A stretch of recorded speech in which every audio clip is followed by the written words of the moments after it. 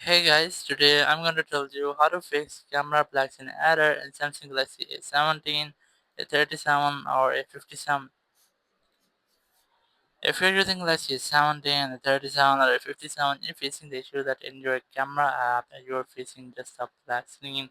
There's nothing here like you are unable to use your camera.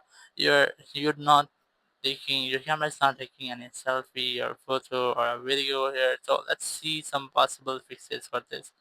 The very first, close your camera app from background. Keep a long press on your camera app.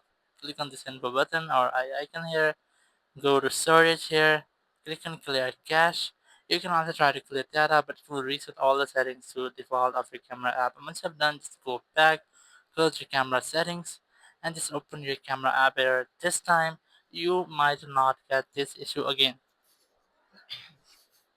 If you're still facing the same issue, just go back from here and keep a lumpus on the camera app again. Click on info button again. Go to permissions. You have to make sure that you have allowed all the permission. But these so like location and enable devices are depend on you if you allow them or not.